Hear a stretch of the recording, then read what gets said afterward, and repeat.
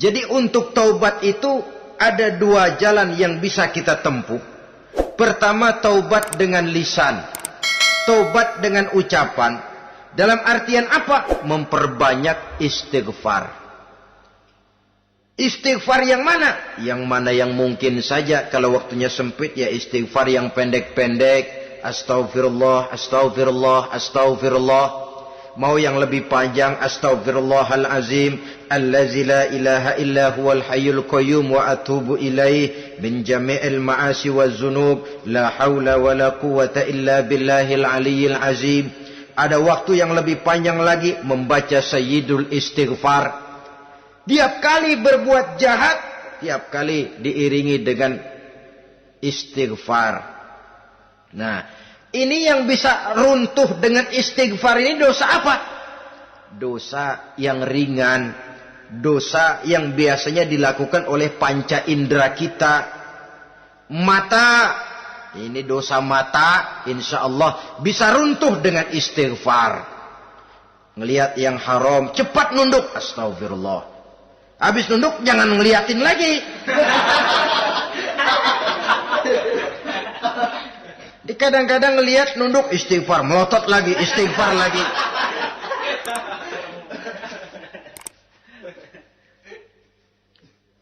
Saudara hadirin yang saya muliakan, kata Imam Ali, nazratul ula laka wasaniyatu alaika. Ini dalam menjaga mata.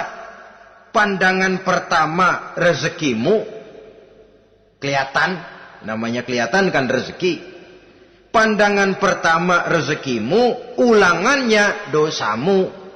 Ulangannya ini yang bisa membawa dosa. Dosa karena lidah, mengucapkan kata-kata yang menyakitkan orang.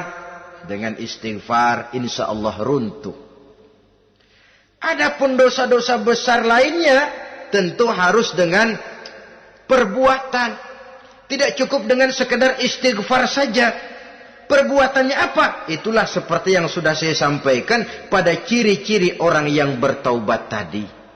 Oleh karenanya, beruntunglah kita masih diberikan umur oleh Allah. Sehingga segala dosa dan kesalahan yang kita lakukan, kita masih punya kesempatan untuk mengadakan pemutihan, bertaubat kepada Allah. Nah, apa kemudahan yang diberikan Allah kepada orang yang melazimkan istighfar di dalam hidupnya?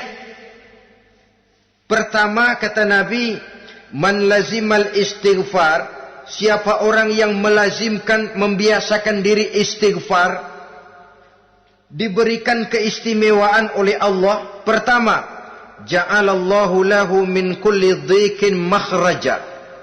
Allah akan memberikan jalan keluar untuknya dari segala macam kesulitan. Hidup ini kan problem. Makin tinggi status sosial, makin banyak urusan. Urusan akan selesai apabila hidup di dunia selesai. Kita menyangka orang lain lebih enak dari kita, padahal tiap orang punya urusan. Yang namanya enak barangkali persis seperti pelangi biang lala itu. Tidak pernah di atas kepala kita, di atas kepala orang lain saja. Begitu kita memandang keenakan dalam hidup ini. Petani bilang pedagang enak, pedagang bilang petani enak. Tapi begitulah keenakan itu. Orang yang melazimkan istighfar, dia akan diberikan jalan keluar dari segala macam kesulitan. Menurut perhitungan otak, deadlock, buntu, tidak sanggup lagi, entah bisa terwujud dan terlaksana. Allah memberikan jalan keluar dari segala kesulitan. Saudara, kalau Allah sudah memberikan jalan keluar dari kesulitan, siapa lagi yang bisa bikin sulit kita? Kalau Allah yang memberikan jalan keluar, everything is running well katanya. Semua urusan bisa jalan dengan lancar. Tapi tanpa istighfar, jauh kita dari Allah. Jalan yang sudah lapang pun bisa jadi sempit. Urusan yang sudah nyata akan selesai pun bisa jadi injelimet. Dan jalan yang tadinya tidak berliku-liku pun bisa berliku-liku. Ini faktor yang di luar perhitungan matematis. Kita tidak mampu, Allah maha mampu. Menurut akal kita tidak mungkin. Kalau Allah mau, tidak ada yang tidak mungkin. Saudara-saudara, ini fasilitas pertama. Orang yang gemar istighfar diberikan jalan keluar dari segala macam kesulitan. Yang kedua, wa min kulli hammin faraja, diberikan kegembiraan dari setiap kesusahan yang dihadapinya.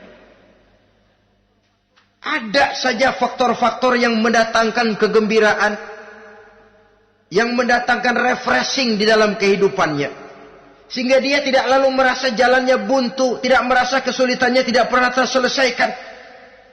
Dan yang ketiga, fasilitas yang diberikan Allah kepada orang yang gemar istighfar, wa razaqahu min haitsu la yahtasib.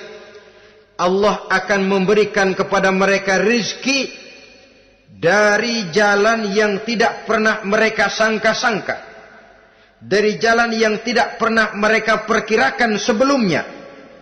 Saudara-saudara kaum muslimin rahimakumullah, inilah fasilitas ketiga yang diberikan Allah kepada orang yang gemar istighfar. Rizkinya datang dari jalan yang tidak disangka-sangka. Sebab rizki ini juga termasuk hal gaib. Dan jangan lupa, ar-rizqu bimakna al-ata hissiyan kana au ma'nawiyan. Rizki adalah pemberian, baik yang konkret maupun yang abstrak. Kita sering membatasi pengertian rizki, maka rezeki kita jadi sering terbatas. Menurut kita kan yang namanya rezeki cuma duit saja. Kalau bukan duit, bukan rezeki. Padahal semua karunia Allah itu rezeki. Umur, rezeki. Istri, rezeki. Anak, rezeki. Pangkat dan jabatan, rezeki. Termasuk duit juga rezeki. Tapi dalam kebiasaan kita, rezeki cuma duit. Begitu duit seret, kita anggap rezeki macet. Maka akhirnya kita tidak bersyukur kepada Allah. Padahal mungkin di sektor duit macet, tapi rezeki dari segi lain, ilmu barangkali tambah, wibawa naik, pangkat naik, anak tambah, itu juga merupakan rezeki. Saudara-saudara kaum muslimin rahimakumullah, orang yang gemar istighfar ini diberikan rezeki dari jalan yang tidak disangka-sangkanya. Dibukakan perbendaharaan Allah untuknya. Sehingga rezekinya datang dari cara yang tidak disangka-sangka. Allah maha kaya. Kalau dia mau, la mani'a lima a'taita wa la mu'tiya lima mana'ta. Tidak satu kekuatan pun yang mampu mencegah apa yang hendak diberikan Allah. Dan tidak satu kekuatan pun yang sanggup memberikan apa yang dicegah oleh Allah subhanahu wa ta'ala. Ini keistimewaan yang diberikan Allah kepada mereka yang gemar beristighfar di dalam kehidupan ini. Jangan lagi berpikir, gue sih nggak punya dosa, istighfar amat. Sombong, saudara-saudara. Manusia itu lebih baik merasa banyak dosa daripada merasa tidak punya dosa. Tanda orang bahagia, kata Nabi 4. Pertama, orang yang selalu ingat kepada kesalahan yang pernah dia lakukan. Itu orang bahagia.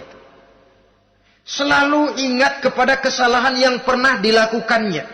Sehingga pada saat akan melakukan kesalahan yang baru, dia mikir-mikir. Dosa gue yang kemarin udah 3 keranjang, nih nambah lagi. Ingatannya terhadap kesalahan yang lalu akan merupakan langkah preventif yang mencegah dirinya untuk tidak menambah kesalahannya. Orang bahagia, orang yang selalu ingat kesalahan yang pernah dia lakukan, terbayang di pelupuk mata, bukan ngumpet-ngumpetin dosa. Sebab apa yang mau kita umpetin di hadapan Allah?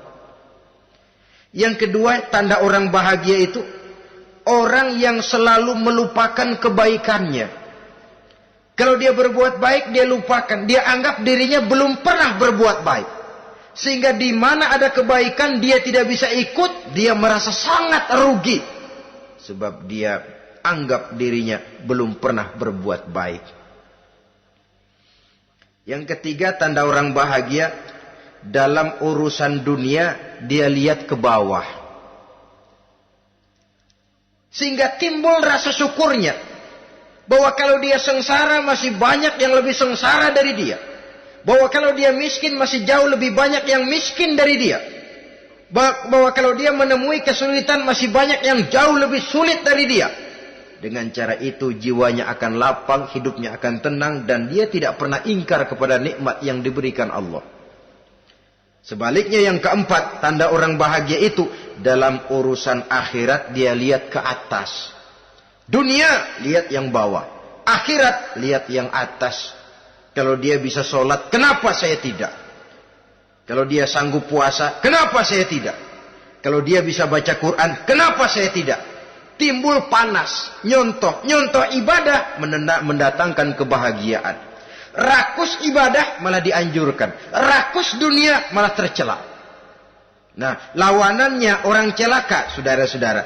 Orang celaka juga tandanya 4 lawanan yang tadi itu. Pertama, orang yang selalu melupakan kesalahannya. Kalau berbuat dosa lupa, sok bersih. Alah, dosa gue mah dikit. Saudara hadirin yang saya muliakan, orang yang selalu melupakan kesalahan, menganggap dirinya bersih, akhirnya kalau ingin berbuat dosa nggak mikir-mikir, tidak ada lagi yang ditimbang-timbang. Selanjutnya, yang kedua, orang celaka itu orang yang selalu mengingat kebaikannya. Akhirnya apa? Timbul sifat nepuk dada, membanggakan jasa, lahirlah pahlawan-pahlawan kesiangan. Selalu membanggakan diri, nepuk dada. Kalau enggak saya. Itu masjid, kalau enggak saya. Itu pesantren, kalau enggak saya. Itu umat, kalau enggak saya. Memangnya kalau enggak sampean kenapa? Orang yang celaka adalah orang yang selalu menghitung-hitung kebaikan yang pernah dikerjakannya. Keikhlasannya kurang. Makin dia hitung, makin kurang nilai pahalanya. Makanya kalau berbuat baik, ya anggap saja buang sampah, gak usah ditengok-tengok, gak usah diingat-ingat, dan gak usah mengharap orang yang kita tempat berbuat baik akan membalas kebaikan.